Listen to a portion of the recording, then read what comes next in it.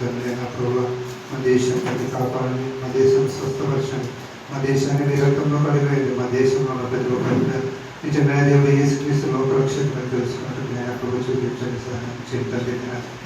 మా ప్రభు తండ్రి కన్నా పీఠం నిశ్చింతండి నిలిచండి, ఆశ్రయించండి ప్రభు, సంఘాన్ని బలపరచండి, స్థిరపరచండి, సంఘంలో నాటిక అభివృద్ధి పొందలాగా కృప చూపించండి సహాయం చేయండి. వారి తల్లి నుంచి ఆరోగ్యం అనుగ్రహించండి తండ్రి, కొందరు స్తోత్రం ప్రభు. మా తండ్రి నా ప్రభు తండ్రి నేను వారితో మాతో మాట్లాడుతూ నేను కృప చూపించండి సహాయం చేయండి. ప్రతి ఒక్క బిడ్డతో మాట్లాడుతూ నేను కృప చూపించండి తండ్రి, సహాయం చేయండి తండ్రి. నేను కొందరు స్తోత్రం తండ్రి, నేను మీరు పాటల ద్వారా తండ్రి మహిమ పొందాలని బట్టి పొందాలి స్తోత్రం. అవుతుంది నేను ముందు నా కార్యక్రమంలో మీరు నడిపించండి, మీరు మహిమ పొందండి, మధ్యలో మీ మహిమ నింపండి తండ్రి. నేను మీ వందనాలు స్తోత్రంలో చెల్లించుకుంటూ ఈ బుద్ధిమైన బాగుంటుంది తండ్రి, శక్తి గల నామములు అడిగి వేడుకుంటూ నా పరమ తండ్రి. ఆమేన్ ఆమేన్ ఆమేన్. 4 నుంచి 20 దాకా చదువు.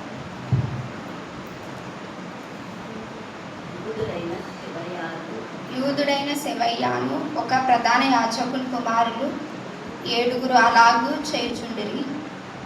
అందుకు ఆ దయ్యము, నేను యేసును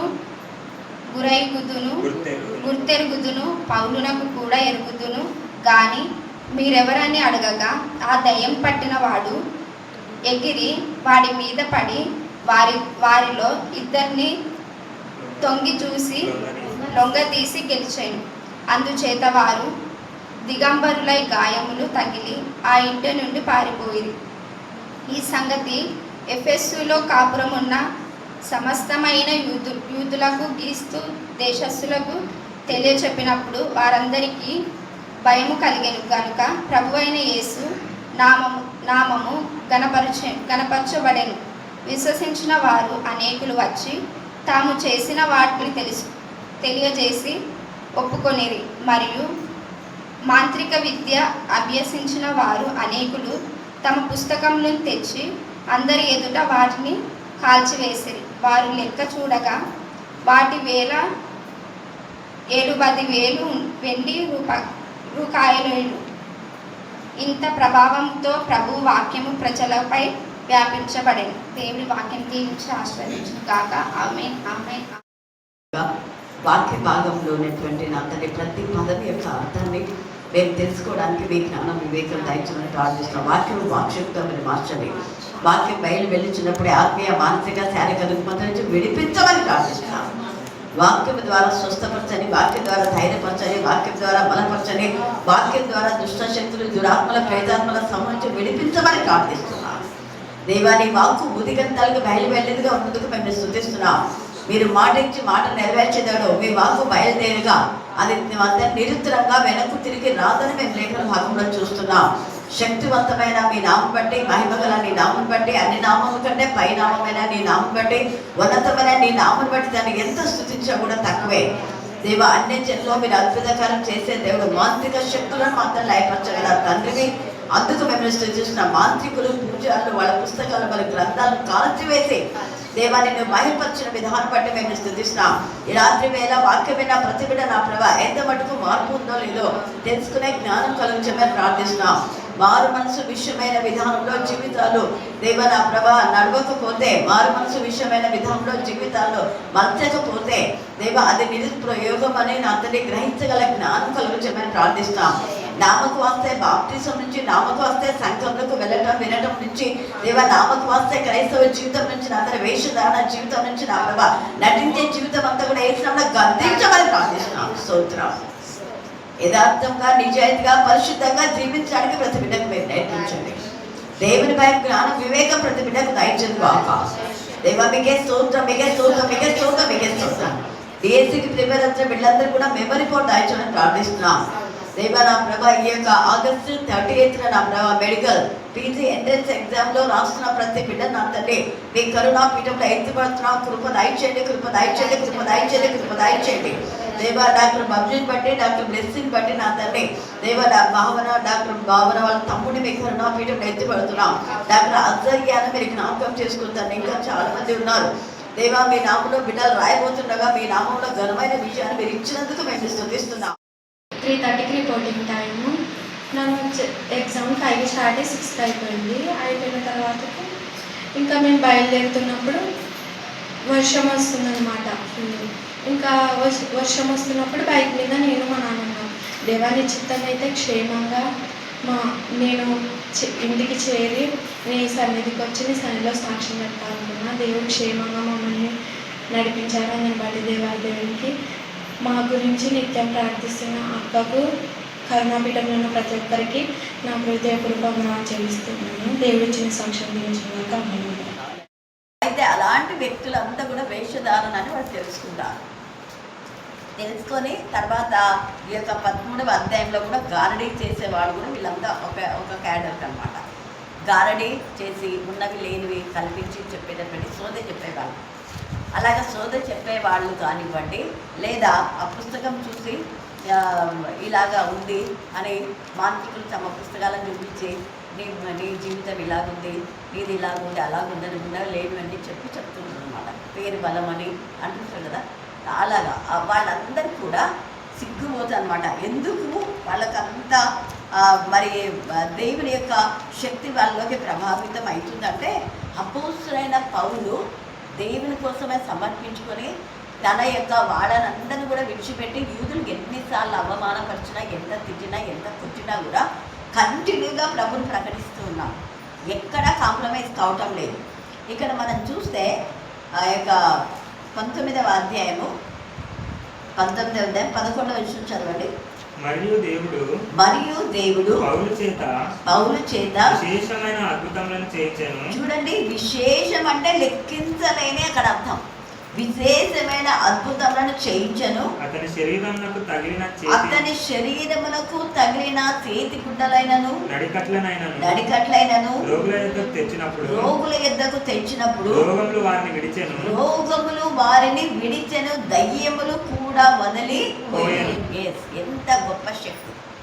కొంతమంది తప్పుడు బోధలు చేసేవాళ్ళు వేరే ఏదేదో మాట్లాడుతుంటారు ఈ విషయాల గురించి. ఇంకా కొంతమంది సేవకులు ఏం చేస్తారంటే, పౌలు చేతి గుడ్డలు ద్వారా రోగాలు పోయినాయి కాబట్టి మేము కర్చీఫ్లు అమ్ముతున్నాము అని చెప్పి ఆ కర్చీఫ్ యొక్క ఖరీదు అది మనకు 20 రూపాయలకు వస్తే దాన్ని ఎంత ఒక 100 రూపాయలకు లేక 200కు ఇంకొకటి కూడా చెప్తారు. లాజిక్ అనమాట. ఖర్చులు తీసుకోండి, వాడి మీకు ఎంత ప్రేరణ ఉంటే అంత కాంపు వేయండి అంటుంటారు. ఎందుకని అలా ఎంత ప్రేరేపణ అంటే అంత వెయ్యండి అంటే ఖర్చులు అమ్ముతున్నట్టే కదా అది. తర్వాత మీరే ఖర్చులు తెచ్చుకోండి, మేము ప్రార్థన చేస్తామని చెప్పాలి. అది కానీ తర్వాత నూనెలు కూడా అది 10 రూపాయల నూనె అయితే దాన్ని 25కి అమ్మడము. బుద్ధిలో అమ్ముతుంటారు కదా, చూసుకోవడం చిన్న వాటి మీద చదివి నవ్వుతుంది పోయింది. ఎందుకంటే నాకు తెలుసు కానీ తెచ్చుకుంటారు. మేడం బుద్ధి నుంచి ప్రేరాలు తెచ్చుకున్నాము, ప్రార్థన చేయండి అంటారు. బుద్ధి నుంచి తెచ్చుకున్నాను కదా, నాకు ప్రార్థన చేసుకుంటే కదా, ఇంకా మళ్ళీ నేను ఎందుకు చేయాలా అని అన్నా. అని బాటిల్ ఎంత ఇది అన్న, అది తెల్లగా ఏముంటుంది, అది తెల్లగా ఉంటుంది. బాటిల్ ఎంత అంటే 30 రూపాయలు 50 రూపాయలు ఎంత 50 కదా. థ్యాంక్ గాడ్, కరెక్ట్ చెప్తున్నాను నేను. 50 రూపాయలు అంట. అది బయట కొంటే 20 రూపాయలు. డబ్బులు ఎంత దేవుడు అసలు క్షమించారు అట్లాంటి చేయండి. ఎందుకంటే అలా వ్యాపారం చేస్తున్నట్టే దొంగలుగా మార్చినారని ఏసయ్య సేమ్ అదే మారక ద్రవ్యం చేస్తున్నారని చెప్పి రూకలు అమ్మే వాళ్ళని గుర్రులు అమ్మే వారిని అంతా కొరడ తీసుకొని బయటికి పోండి. ఇది ఏమనుకున్నారు? దేవుని మందిరంలో యథార్థంగా అమ్మాలి. ఒకవేళ ప్రేయర్స్ అక్కడ పెట్టండి, దానికి కాస్ట్ ఎంత అంతకే ఇవ్వండి. మామూలుగా మనం కొట్లో కొంటాం కదా, 60 రూపాయలు ఎంత అంతనే. అంటే చిన్నవైతే కొంచెం తక్కువ ఉంటాయి, కొంచెం పెద్దవైతే 70 రూపాయలు 60 అంటారు. మొన్న రీసెంట్గా మనం చూసింది చూడండి, చింతాను నాకు పోయేటప్పుడు నేను చెప్పాలనిపించింది, చెప్తాను ఖచ్చితంగా ఉంటుంది. ఇక్కడనేమో అది ఎంత 67 71 అక్కడ లక్ష్మి ఎవరు తెప్పించింది? లక్ష్మి తెప్పించింది. అక్కడ 60 రూపాయలు, 10 రూపాయలు డిఫరెంట్ పార్టీ. ఎవరైనా ఉంటారా? ఇదే గూడూరులోనే కొంచెం డిస్టెన్స్ అంతే. ఏదో నీకు అంత దూరం పోతున్నారు కాబట్టి ఒక 2-3 రూపాయలు ఎక్కువ దేవుడు క్షమిస్తాడు. కానీ 10 రూపాయల తేడా ఒకే ఊర్లో ఒక కొట్టులో ఇంకో కొట్లో 10 రూపాయల తేడా అంటే అస్సలు దేవుడు క్షమించాడు. ఎందుకంటే మనం చేసేది ఏదైనా నీతిగా నిజాయితీగా చేస్తే దేవుడు కూడా కనికరిస్తాడు. ఇట్లాంటివన్నీ ఇక్కడ ఈ యొక్క పౌలుకు తగినటువంటి గుడ్డలు ఇలా చేస్తేనే అలాగ అమ్మే వాళ్ళు కూడా ఉన్నారు, కానీ అవి అమ్మకూడదు అలాగే. ఎందుకంటే పౌలు శరీరం తగిన గుడ్డలు ఖచ్చితంగా దాంట్లో పవర్ ఉంటుంది. ఎందుకంటే పౌలు పరిశుద్ధాత్మతో శక్తితో నింపబడి ఉన్నాడు కాబట్టి ఆ వ్యక్తి పౌలుకు తగిలినటువంటి గుడ్డలు కానివ్వండి ఏదైనా కూడా దాంట్లో దేవుని యొక్క శక్తి ప్రభావితం అయ్యే అవకాశం ఉంది. అందుకనే నేను కొబ్బరి నూనె తీసుకున్నప్పుడు ఇది స్వాభావికమైన కొబ్బరి నూనెనే ప్రభువా, ఇందులో నజరేయుడైన యేసు నామం యేసు రక్తం పరిశుద్ధ ఆత్మ అగ్నిజ్వాల పోపించండి.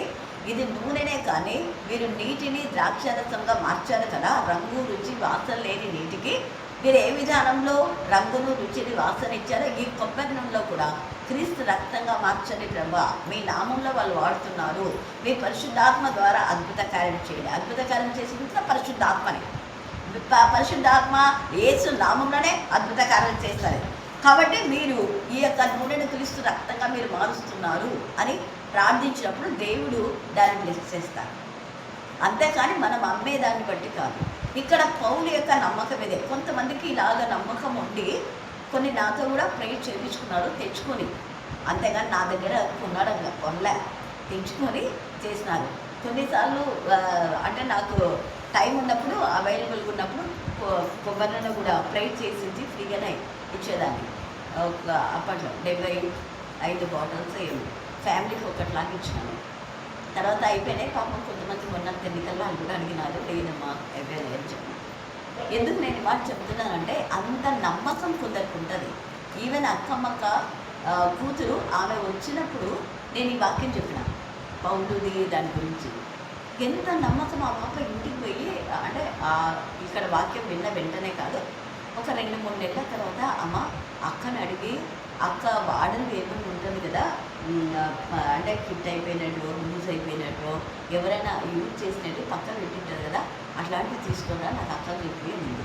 ఎంత పాతవి ఎందుకు తల్లి, కొత్తవే తీసుకోపో అని నేను నవ్వించి అక్క మొన్న ఎప్పుడు విన్నారా నాకు నేను విన్నాను అనుకున్నావు కదా, ఏదో టాపిక్ వచ్చింది నాకు వస్తే అన్ని పెట్టాను. అక్కవి బంగారం కంటే ఎక్కువ నేను లోపల పెట్టుకుంటాను. మా కూతురు కూడా అంతే. కానీ ఆమెకు ఆ నమ్మకంని బట్టి ఆమెకు దేవుడు అద్భుతకారం చేశారు. అవి పెట్టి వాళ్ళ పిల్లలకు కొంచెంసేపు తొలగించి ప్రేర్ చేస్తున్నాను. చూడండి ఎంత నమ్మకం అయిపోయి పిల్లలకు స్వస్థత అవుతుంది. అలాగనే సుశీల మధుమతి మాస్టర్ జాషన్న ఉన్నారు కదా, అప్పుడు ఇక్కడంతా నీళ్ళంతా ఫ్లడ్స్ వచ్చినప్పుడు వాళ్ళు పైకి వచ్చి పడుకున్నారు. తర్వాత ఇంకా పాపం ఏమి అట్లనే ఉన్న పళ్ళని వచ్చేసినారు, వాళ్ళు తడిచిపోయినాయి కూడా అవి. అప్పుడు నేను నా దగ్గర ఉన్నవి కొన్ని కొత్తవి అయితే ఇంకా కుట్టించినాను కదా, లాంగ్ ఉంటాయి. పాతవి అయితే కొంచెం నేను కంటిన్యూ కుట్టించుకుంటాను నాకు సరిపోయినప్పుడు. అట్లా ఒక 2 పాతవి, ఒకటేమో కొత్తది ఉంటే అది ఇచ్చేసినాను. ఇంకా అవి అది ఒకటి అదే కొత్తది అట్లనే పెట్టుకున్నారు, పాతవి వేసుకొని ఇంటికి వెళ్ళిపోయినారు. తర్వాత ఇంటికి వెళ్ళిపోయినాక మస్తు చూసి అనమాట 12 గంటలకు ఇంకా కొంచెం నీళ్ళంతా పోయినాయి, మామూలుగా వాళ్ళు ఇంటినే పడుతున్నారు. పాపకు 104 ఎంతనే జ్వరం వచ్చింది వినేక. అప్పట్లో ఈ ఫోన్లు మాత్రమే, నేను ఇంకా ఫోన్లో ప్రేర్ చేసినాను. ఇవన్నీ అంటే వాట్సాప్లో అట్లా ఇంకా మామూలు చిన్న సెల్లులే ఉంటాయి అక్కడ. ఇంకా అంత రాత్రి వేళ ఎవరి దగ్గరికి పోవాలన్నా కూడా లేదు. వెంటనే సుశీలకి గుర్తొచ్చింది, కొత్తది ఉంది కదా, ఆ నైట్ అంతా మొత్తం పాపకు చుట్టేసి ప్రార్థన చేసినాను. దేవా నువ్వు ఉన్నవాడు వాడు కదా, పౌరుడికి ఇచ్చిన శక్తి మాకు ఇవ్వతలో మేము నమ్ముతాం. అంత శక్తి లేకపోయినా ఈరోజు ఈ రాత్రి ఈ పాపకు స్వస్థపరచండి ఆయన మేము డాక్టర్ దగ్గరికి వెళ్ళాలి. వెంటనే 5 నిమిషాలు 10 నిమిషాల సాక్ష్యం ఇచ్చింటాను. ఎందుకంటే ఆమె విశ్వాసం. మనం యథార్థంగా నిజాయితీగా ఉండి నమ్మినప్పుడు అద్భుతకారాలు చేస్తాయి. అంతేగాని దాన్ని క్యాచ్ చేసుకొని మనం వ్యాపారం చేయకూడదు. అలాగే ఇక్కడైతే ఎందుకంటే ఇది నేను చెప్పేది ఇలా పౌలుకు జరుగుతుంది అని చెప్పేసి ఒక యాజకుని యొక్క కుమారులు ఇలాగ చేయడానికి ఎంత విశేషమైనటువంటి అద్భుతాలు దేవుడు చేస్తారు ఖచ్చితంగా. కానీ కొంతమంది ఏం చేస్తున్నారంటే తప్పుడు మొదలు అలాగా మీరు ఖర్చులు ఇవ్వకూడదు, ప్రార్థన చేసి నూనె ప్రార్థన చేసి ఇవ్వకూడదు, ప్రార్థన చేసి ఇవ్వకూడదు అని అనకూడదు, అమ్మకూడదు అని చెప్పొచ్చు. అమ్మకూడదు. నూనెలో ఏముంది, ఇక్కడనే మనం విన్నాం మన చర్చలో, విన్నారా మీరు? నూనెలో ఏమైంది, నూనె రాసి వెయిట్ చేస్తారు అన్నారు. నూనె ఏమైనా నూనె రాసి ప్రేర్ చేసి డబ్బులు తీసుకుంటామా ఏమన్నా, లేకపోతే కొబ్బరి నూనె నేను కొనుక్కొని వచ్చిన డబ్బులు ఇవ్వండి అంటున్నారా?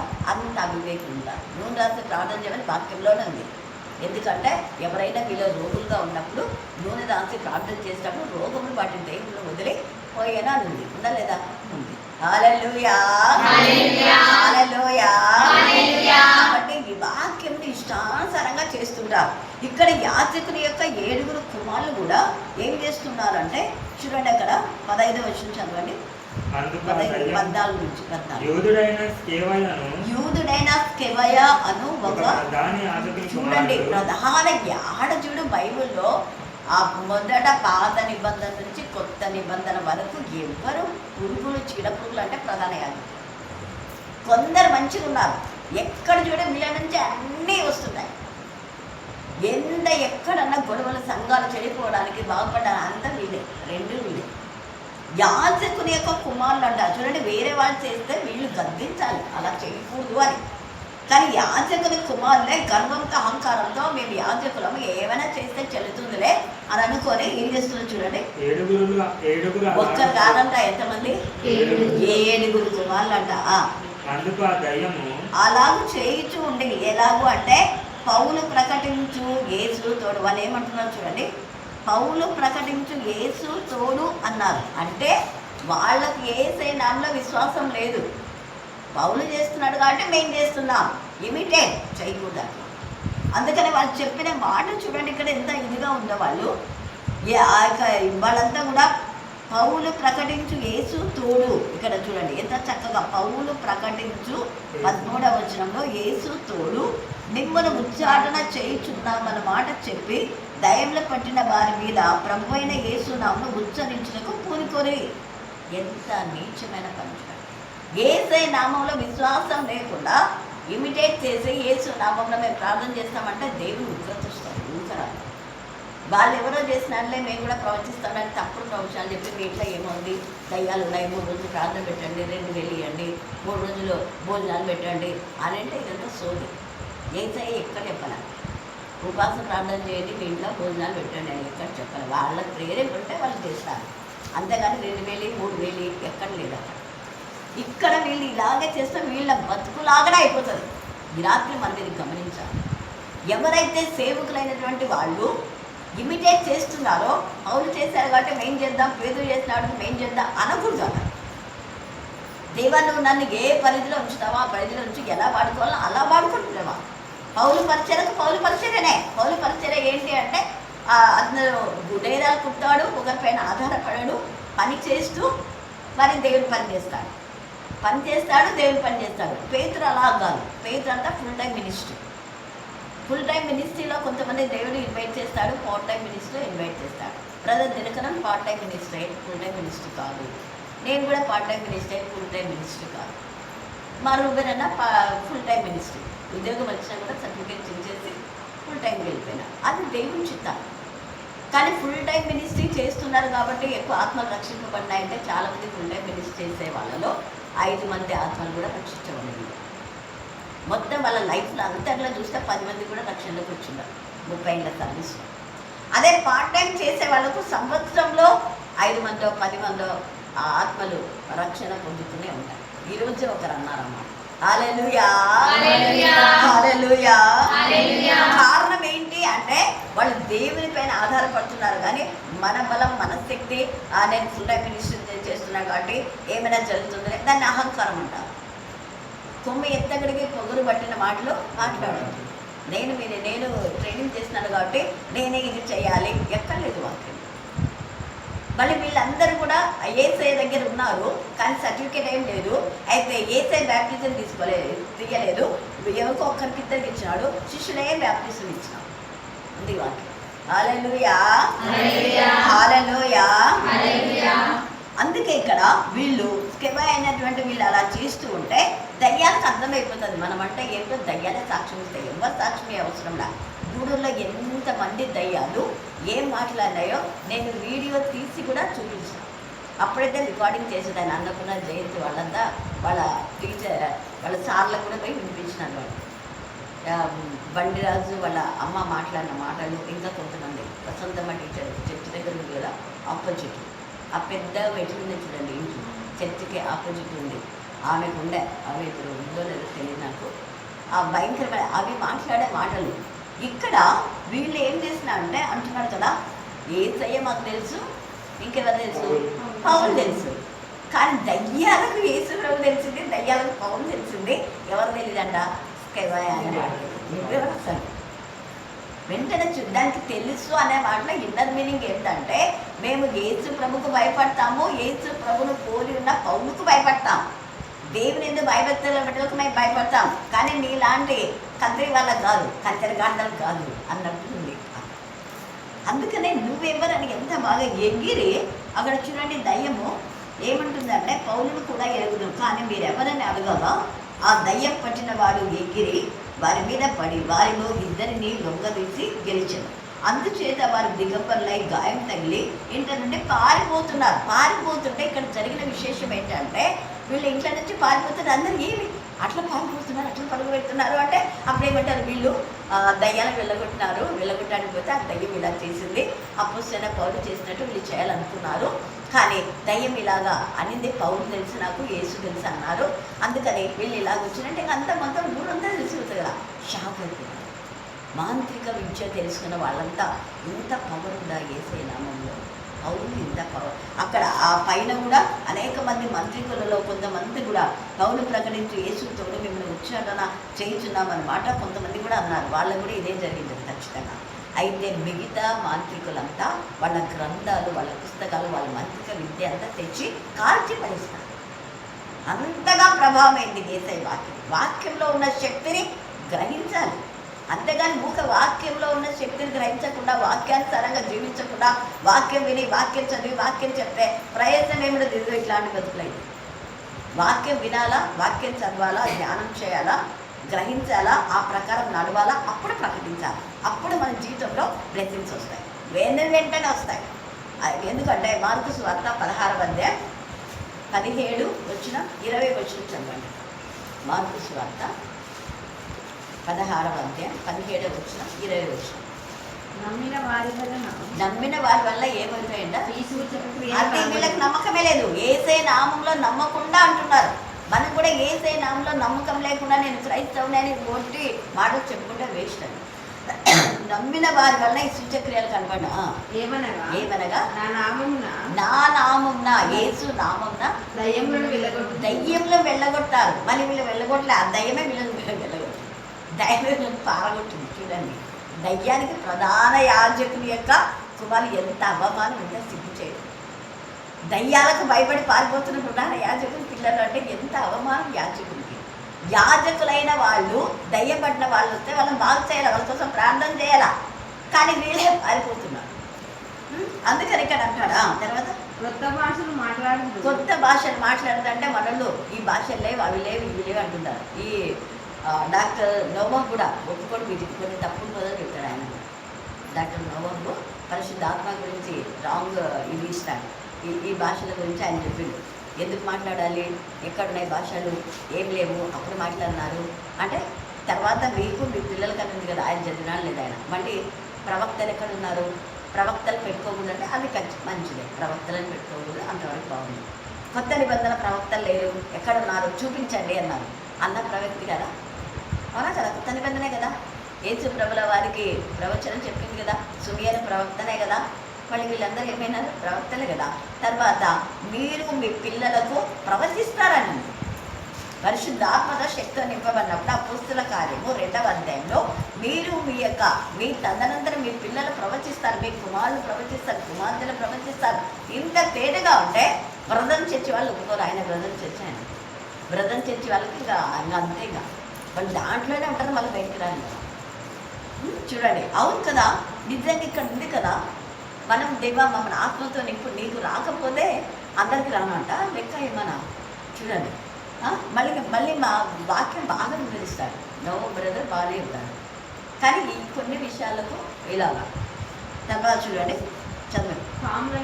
పాములను ఎత్తి పట్టుకుంటారు, మరణకరమైన ఏది తాగినా అది వారికి హాని చేయదు. రోగుల మీద చేతులు ఉంచినప్పుడు లేటగా రోగుల మీద చేతులు ఉంచినప్పుడు వారి స్వస్థత నందుదురు. పరిశుద్ధాత్మ కార్యములు ఇవన్నీ కూడా ఖచ్చితంగా జరుగుతాయి. ఇంకా వారితో చెప్పినారు. తర్వాత 20 వచ్చిన వెనువెంట జరుగుతూ వచ్చిన సూచక్రియల ద్వారా వాక్యం ఏమైంది? స్థిరపరచబడింది. అది నేను ఫస్ట్ నుంచి నా వాదన అదే. చాలా మంది స్వస్థత లేదు, అది లేదు, ఇది అంటే ఎందుకు లేదు స్వస్థతలు? వెనువెంట జరుగుతూ వచ్చిన సూచక్రియల ద్వారానే వాక్యం స్థిరపరచబడుతుంది. వాక్యం అనేది వాక్శక్తి. వాక్శక్తి ద్వారా మనం మాట్లాడుతున్న వాక్యం మనలో ఉండి వాక్యంతో మనం నింపబడి వాక్యపు శక్తిలో మనం ప్రార్థన చేసినప్పుడు ఖచ్చితంగా అవతల వ్యక్తికి హీల్ అయిపోతుంది. అంతేగాని వాక్యపు శక్తిలో లేకుండా, వాక్యం చదవకుండా, వాక్యం ధ్యానించకుండా, వాక్యానుసారంగా జీవించకుండా ప్రార్థన చేస్తే రోగాలు పోమని పోనప్పుడు నువ్వు చెప్పకూడదు స్వస్థత లేవు, అవి లేవు, ఇవి లేవు, రక్షణ ఉంటే చాలే. రక్షణ కావాలి, స్వస్థత కూడా కావాలి. అవునా కదా? ఇప్పుడు దయ్యంలో పెట్టిన వాడు వదిలేకపోతే ప్రపంచంలో దయ్యాలు కావాలి. మళ్ళీ దేవుడు చెప్పాడు కదా, అలాగా నువ్వు దయ్యాన్ని వదిలిపెట్టకుండా వేరే వాళ్ళని గురించి మాకు తప్పుడు ప్రచారం చేయకూడదు. నీకు దయ్యాలంటే భయము. దయ్యాలు పట్టిన వాళ్ళని తీసుకొస్తే ప్రాణం చేయదు, దూరం నుంచి తీస్తాం అంతే. దగ్గరికి రావాలి, చచ్చినాడు. ఇంకా పెద్ద రోగాలు ఉండే వాళ్ళు కూడా చచ్చినాడు అన్నట్టు చేసాం. ఉండండి, అక్కడ ఉండండి, దగ్గరికి రావద్దు, అక్కడే ఉండండి. ఇంకా కొంతమంది తప్పుడు బోధన ఏంటంటే దగ్గరికి వచ్చిన తర్వాత వాళ్ళు ఇట్లా పెట్టి ఇట్లా చూస్తుంటారు. అది కూడా చేయదు. మనం ఇక్కడి నుంచి కమాండ్ చేస్తేనే అక్కడ పడిపోలేదు. దాన్ని టచ్ చేయకపోయినా అది పడిపోతుంది. మనం ఊరికే వాక్శక్తితో నజరైన యేసునామం అనేది ఖచ్చితంగా మనం ఉపయోగించాలి. నజరైన యేసునామం అంటే ఖచ్చితంగా దురాత్మలు కేకలు వేసి వెళ్ళిపోతాయి. మనం దాన్ని అసలు టచ్ చేయడం అవసరంలా. కొంతమంది వెంట్రుకలు బట్టి తిప్పుతుంటారు, దైవజనులు కూడా వెంట్రుకలు బట్టి గుడేస్తుంది. తప్పది. ఎక్కడ లేదు, వాక్యంలో ఉందా వెంట్రుకలు బట్టి ఏమని కొడుతుంటారు. కొట్టే దాని శరీరానికి నువ్వు పోయిన తర్వాత బొబ్బలు వచ్చి అది అది గెలుస్తుంది. దయం పోయినాక. అవునా? దయం ఉన్నప్పుడు దానికి దయం పోయినాక ఎవరు నన్ను ఇంట్లో కొట్టారని భర్త మీద ఇంకా ఇంట్లో పడగా అందరినీ తిప్పుకుంటారు. కొట్టకూడదు లేదు వాక్యంలో. బైబిల్తో కొట్టడము, వెంట్రుకలు ముడేయడం సేవకులే. అట్లాంటి వాళ్ళందరికీ నేను చెప్పిన బాగా. ఇప్పుడు తక్కువ కానీ అంటే ఇప్పుడు ఇక్కడ ఉన్నా కాబట్టి కర్నూలు ఉన్నప్పుడు ఎంతమంది సేవకులు నచ్చినాను నేను. ఎందుకు నేను చెప్తున్నానంటే అట్లాంటి తప్పుడు బోధన చేయొద్దని టైంగా. అలాగే ఒక అంకుల్ ఉండేవాడు. అంకుల్కి చాలాసార్లు చెప్పినాను, అంకుల్ వద్దు, నీకు పవర్ ఆఫ్ అథారిటీ లేనప్పుడు చెయ్యొద్దు, దయ్యాల జోలికి పోవద్దు అని చెప్పిన. ఎంత చెప్పినా వీళ్ళ దయ్యాల వద్దు, వాళ్ళు బాగా డబ్బిస్తారు కదా అని అట్లే చేస్తున్న. ఆఖరికి ఒక దురాత్మ పట్టి చచ్చిపోయినాడు. కోరుమల్ల ఇట్లా బ్యాగ్ వేసుకొని పోతున్నా. అప్పుడు నేను ఇక్కడికి అన్నపూర్ణ వాళ్ళకి తెలిసి విషయం. నేను ఫస్ట్ ఇక్కడికి వచ్చాను 95లోనే ఎప్పుడో జరిగింది విషయం.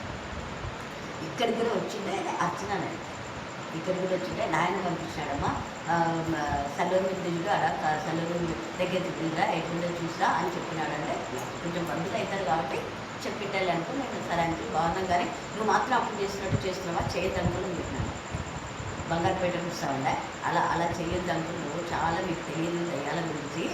వాక్యంలో ఉంది, బాగా చదువుకోండి. ఎవరైనా 7 అది కూడా చెప్పినా వీళ్ళ కోడిగూరులో ఎక్కకపోతుంది ఆయన చనిపోయినాడు. కాబట్టి ఎందుకు నేను ఈ మాట చెప్తున్నానంటే మనము దేవుని యొక్క భయభక్తి కలిగినప్పుడు దయ్యం మనకి ఏమైతే లోబడుతుంది.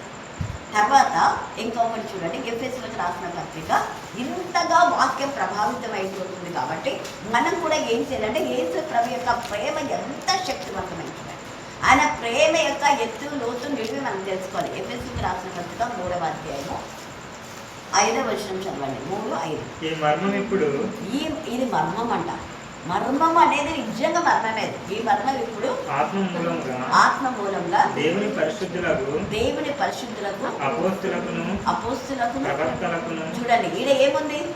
ప్రవక్తలకు ఉందా? అండర్లైన్ చేసుకోండి. అంటే ఇప్పుడు ప్రవక్తలకు వెళ్ళి ప్రవక్తలను ఎందుకు రాస్తాడు? ఇటని చెప్తాను వాళ్ళకి మంట అయినా ఇవన్నిటికీ మాకు తప్పు పడుతున్నది అని మంట వాళ్ళకి. ఇక్కడ తేటగా ఉండాడు. అపోస్తులు ఉన్నారు, ప్రవక్తలు ఉన్నారు. తర్వాత పరిశుద్ధులకు అన్నాడు కదా. పరిశుద్ధులు అంటే విశ్వసించిన ప్రతి ఒక్కరికి బయలుపరచబడి ఉన్నట్టుగా పూర్వకాలంలో యందు మనుషులకు తెలియపరచబడను. ఈ మర్మమేదనగా అన్యజనులు సువార్త వలన క్రీస్తు యేసునందు యూదులతో పాటు సమాన వారసులను ఒక శరీరమందలి సాటి అవయవములను ఇంకా చాలా ఉంది. చదువుకోండి 15 నుంచి 21 దాకా. 3:15-21. మీరు అంతరంగ పురుషుని యందు మీరు ఎవరి ఏందంట అంతరంగ పురుషుడు ఎందు అండర్లైన్ చేసుకోండి. అంతరంగ పురుషుడు అంటే మనం బయటికి కాదు కానీ బాహ్య పురుషుడు కృషించినా కూడా అంతరంగ పురుషుడు అనుదినం నూతనపరచం. ఇక్కడ చాలా ఇన్నన్ని ఉంది. బాహ్య పురుషుడు కృషించిన అంటే మనం కొన్నిసార్లు ఉపవాస ప్రార్థనలు చేసి లేకపోతే అక్కడెక్కడ ఎక్కువ బాహ్య పరిచయం పోతుంటే కొంత వీక్నెస్ వస్తుంది. బాహ్యంగా నువ్వు కృషించినా పర్వాలేదు, కానీ లోపల ఏముండాలి? అంతరంగ పురుషుడు బలపరచమన శక్తి కలిగి ఆయన ఆత్మ వలన బలపరచబడినట్లు క్రీస్తు మీ హృదయములలో విశ్వాసము ద్వారానే యేసయ్య మన హృదయంలోకి వస్తాడు. నివసించినట్లుగా తన మహిమైశ్వర్యం చొప్పున మీరు దయచేయవలనని మీరు దేవుని సంపూర్ణత యందు పూర్ణులగునట్లుగా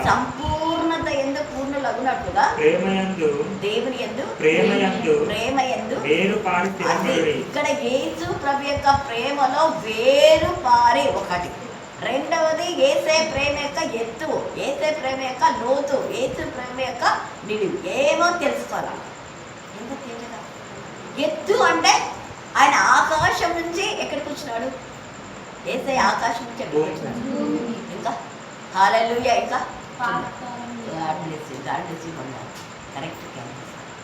ఆకాశం నుంచి పాతాళం దిగిపోయింది కదా. ఎఫెసీ 4:12 ఆకాశం నుంచి వచ్చిన వాడు ఆరోహణమైన వాడు కిందికి దిగిపోయింది కదా. దిగిన వాడు మళ్ళీ పైకి ఎక్కాను కదా. అంటే ఆ ఎత్తు అన్నమాట. ఆకాశం నుంచి పాతాళంలోకి ఎంత ఎత్తుందో అంత ఎత్తు మన ప్రేమ, యేసయ్య ప్రేమ. ఆకాశ వాహనుడైనటువంటి యేసయ్య, ఆకాశ మేఘారుడైనటువంటి యేసయ్య, ఆకాశంలో సింహాసనంలో యేసయ్య తగ్గించుకొని రిక్తుడై పాతాళ బిలంలోకి పోయాడు. ఎవరి కోసం? నీకోసం, నా కోసం. ఎందుకంటే పాతాళంలో ఈ యొక్క మన దేవుని యొక్క భయభక్తి గల యొక్క ఆత్మలన్నీ కూడా అది బంధించింది మరణము ద్వారా. ఆయన రక్తాన్ని తీసుకొని వెళ్ళి పాతాళంలోకి వెళ్ళి రక్తాన్ని చూపించి, ఇదిగో ఈ రక్తమే ప్రాణం కదా, ఈ రక్తాన్ని నేను తీసాను, ప్రాణం పనంగా పెట్టాను నేను, కాబట్టి వీళ్ళకి ఇక మీద మరణం ఉండదు, వీళ్ళని మరణం యొక్క చెర నుంచి విడిపిస్తానని చెరగా తీసుకొని పైకి వచ్చినప్పుడే సమాధులు తెరబడతాయి. ఆ సమాధులే పరిశుద్ధుల సమాధులు. అందుకే పరిశుద్ధుల సహవాసం అని అంటారు. పరిశుద్ధులతో ఎంత తేటగా మాట్లాడుతున్నాం. ఎత్తు ఎంత చక్క, లోతు పాతాళం యొక్క లోతు. ఎవరైనా పాతాళం లోతు కనుగోగలరా? కనుగోగలరు. ఆకాశం యొక్క ఎత్తు కనుగోలేదు. అంత ప్రేమ అంటే ఆయన ప్రేమను మనము వివరించలేం, లెక్కించలేం. సిలువలో లేదన్నప్పుడు ఆయన 2 చేతులు ఇలా పెట్టింటాడు కదా. అంటే ఇంకా మనకి దీన్ని ఎంత ప్రేమిస్తున్నా అంటే ఇంత అంటాడు. ఇంతకంటే ఏమైనా చాపుతామంట అంత ప్రేమించినాడు. అందుకే ఇక్కడ తేటగా ఇది బాగా అర్థం చేసుకొని కంటెంట్ చేయాలి. వేరు పారి అంటే నీటి ఓరలకు ఎలాగ పోతా అలాగ మన జీవితాలు వాక్యం లోపలికి అంత రంగంలో యేసయ్య మనలో ఉండిపోవాలి. అందుకే కీర్తనకారుడు మరి 51లో ఆంతర్యంలో నాకు జ్ఞానము కలగచేయండి. అంతరంగంలో ఈ వాక్యము బలంగా నాటుకొని పోవాలి. అది ఎవరు పెకిలించినట్టుగా ఉండాలి. ఏ దుష్ట శక్తులు ఏమి చేయలేనట్టుగా ఉండాలి వాక్యంలో. అంత అట్టుకట్టబడితే వెంటనే అద్భుతాలు వెంట అద్భుతాలు, ఆశ్చర్యాలు వెంట ఆశ్చర్యాలు జరుగుతూనే ఉంటాయి. ఎంత గొప్ప కృప అంటే అంత గొప్ప కృప దేవుడిస్తాడు. కాబట్టి ఈ సమయంలో దీని గురించి మళ్ళీ మనం ధ్యానం చేసుకుందాం. చాలా లోతైన విషయాలు ఉన్నాయి, టైం లేదు కాబట్టి నేను ముగించేస్తున్నా. రోమా 9:23 చదవండి. రోమా 9:23. మరియు మహిమ పొందుటకు ఆయన ముందుగా సిద్ధపరిచిన కరుణా పాత్ర ఘటముల ఎడల అనగా యూదులలో నుండి మాత్రం కాక అన్యజనులలో నుండి ఆయన పిలిచిన మన ఎడల తన మహిమైశ్వర్యం 2 సార్లు ఈ మాటనే మహదైశ్వర్యం, మహిమైశ్వర్యం. కాబట్టి గుర్తుపెట్టుకోండి. అలాగే 2 కొరింథీ 4:6 కూడా చదవను. 2 కొరింథీ 4:6 అధ్యాయము 6 వచ్చిన 4:6 అంధకారంలో నుంచి వెలుగు ప్రకాశించునుగాక. అంధకారంలో మనమంతా అంధకారంలో ఉన్న బిడ్డలకు మనకు వెలుగు ఇచ్చినాం. అందుకే యెషయా 9 అధ్యాయంలో చీకటిలో ఉన్న మనల్ని వెలుగులోకి పిలిచినాడు, అంధకారమే. తర్వాత 1 పేతురు 2:9 కూడా అదే చదువుకోండి. టైం అంధకారంలో ఉన్న మనం పిలిచిన ఆయన గుణాతిశయములను మనం ప్రచురం చేయాలి. ఇంతగా మనల్ని ప్రేమించిన ప్రేమను అనేకులకు ప్రకటించాలి. దేవుడు ఈ వాక్య భాగం దీవించి ఆశీర్వదించుగాక. ఆమేన్ ఆమేన్ అన్నాడు. దీంట్లో ఇంకా చాలా విషయాలు ఉన్నాయి, టైం లేదు. నీ పాదములను పట్టుకొని తెలుస్తున్నాను. ఇప్పుడు నీ ఆజ్ఞానం చెప్పిన వాక్యాన్నైనా దీవించండి, ఆశీర్వదించండి. కృపలో నింపండి నాయనా.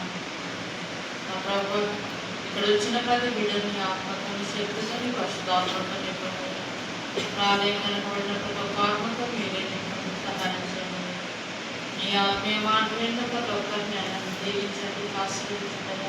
ఏ బిడ్డకైతే సమస్య వేసిందలే బాధపడుతున్నాము, ప్రతి సమస్యను తొలగించి మాట్లాడుతున్నాం దేవా.